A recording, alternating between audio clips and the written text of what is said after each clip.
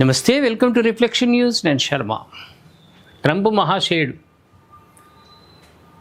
Israel Lebanon మధ్య కాల్పుల విరమణ ఒప్పందం ట్రంప్ ప్రకటన. ఇదెంతవరకు సక్సెస్ అవుతుందో ఎవడని వింటున్నాడా? ఏ దేశమైనా నీ మాట వింటుందా? ఏం లేదు. నీ దేశంలో వినరు, ప్రపంచంలో నీ మాట ఎవరు వినరు. ఏదో ఊకదంపుడు ఉపన్యాసాలు. ఒకటి ఉన్నది ట్రూత్ వేదిక, అది సత్యమైన వేదిక, అది అన్ని అసత్యాలు చెప్తారు. అది ట్రూత్ అని ఎందుకు పెట్టిరో ఏమో. ఇజ్రాయిల్ లెబనాన్ మధ్య తాత్కాలిక కాల్పుల విరమణ ఒప్పందం కుదిరిందని అమెరికా అధ్యక్షుడు డొనాల్డ్ ట్రంప్ వెల్లడించారు. శాంతిని నెలకొల్పడంలో భాగంగా 10 రోజుల పాటు కాల్పుల విరమణ పాటించేందుకు ఇరు దేశాలు అంగీకరించినట్టు చెప్పారు. ఈ శాంతి చర్చల కోసం ఇజ్రాయెల్ లెబనాన్లతో కలిసి పనిచేసే బాధ్యతను అమెరికా ఉపాధ్యక్షుడు జేడీ వాన్స్, విదేశాంగ మంత్రి మార్కో రుబియోలకు అప్పగించారని చెప్పారు. అయితే ఇజ్రాయిల్ లెబనాన్ దేశాల ప్రతినిధులు 34 ఏళ్ల తర్వాత వాషింగ్టన్లో తొలిసారి భేటీ అయ్యారని డొనాల్డ్ ట్రంప్ పేర్కొన్నారు. ఈ క్రమంలో లెబనాన్ అధ్యక్షుడు జోసెఫ్ ఔన్ ఇజ్రాయిల్ ప్రధాని నెతన్యాహులతో మాట్లాడారని ట్రూత్ సోషల్ వేదికగా వెల్లడించారు. దాని పేరు ట్రూత్. చెప్పేటి అన్నీ అసత్యాలు. ఇప్పటివరకు ప్రపంచవ్యాప్తంగా 9 యుద్ధాలు ఆపడం తనకు దక్కిన గౌరవం అని. ఎంత పెద్ద మాట ఇది. ఇది 10వ కాబోతుందంటూ ట్రంప్ స్వయంగా ప్రకటించుకున్నాడు. స్వయంగా ప్రకటించడం అనేది ఏంది? నా డబ్బా నేను కొట్టుకుంటా, నీ డబ్బా నువ్వు కొట్టుకో, మళ్ళీ ఇద్దరు కలిసి పరస్పరం డబ్బా కొట్టుకున్నాడు. ఈ వేదికలలో అట్లే నడుస్తుంది.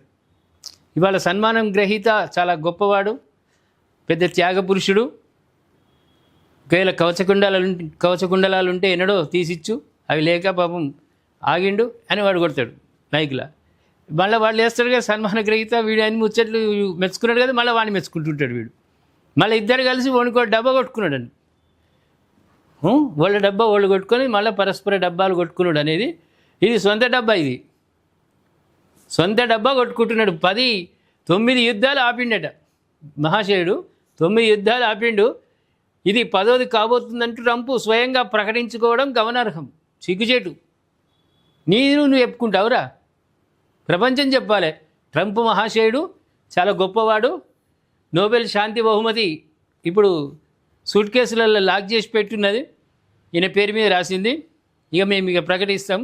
అది సూట్ కేసు ఓపెన్ చేయంగానే నోబెల్ శాంతి బహుమతి ట్రంప్ ట్రంప్ ట్రంప్ అంటుంటుంది. ఇక అంత అవార్డు గ్రహీత ఇక ట్రంప్.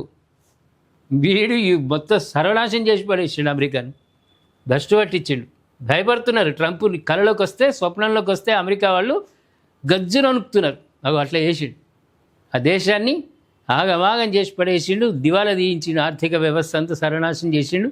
అమెరికాకున్న కీర్తి ప్రతిష్టలు మొత్తం భస్మం అయిపోయినాయి. వీనికి ఇప్పుడు శాంతి బహుమతి రావాలి. నోబెల్ శాంతి బహుమతి కోసం 9 యుద్ధాలు ఆపినట, 10వది ఇదట. ఏమంటారు ప్రేక్షకులారా? నిజమేనా? ట్రూత్ వేదికగా వీటి చెప్పే డబ్బాలన్నీ నమ్ముదామా మనం?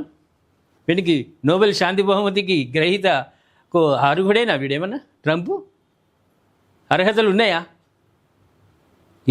అనవసరంగా ఈ ఇజ్రాయెల్ మెస్లు ఇచ్చి ఇరాన్తో యుద్ధం చేయించి నెల దాటిపోయింది, 40 డేస్.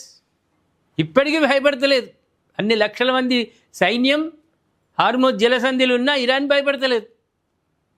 మీరు కొంచెం ముందుకు రండి, ఒక్కటే క్షిపణితోటి కథమైపోతానంటున్నది.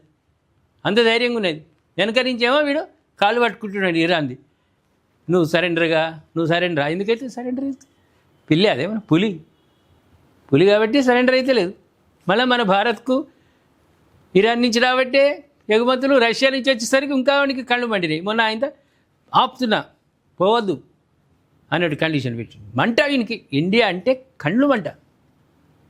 మొన్న నరేంద్ర మోదీ గట్టిగా క్లాస్ తీసుకున్నట్టుంది, 40 నిమిషాలు మాట్లాడింది. ఇది వ్యవస్థ. ఏమంటారు ప్రేక్షకులారా?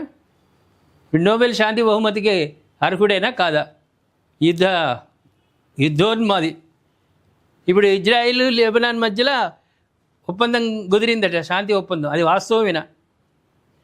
ఊరుకుంటే 1-2 గంటలు ఊరుకుంటారు, మళ్ళీ వేస్తూనే ఉంటారు. దయచేసి మీరు కామెంట్ రూపంలో ట్రంప్ గురించి చెప్పండి.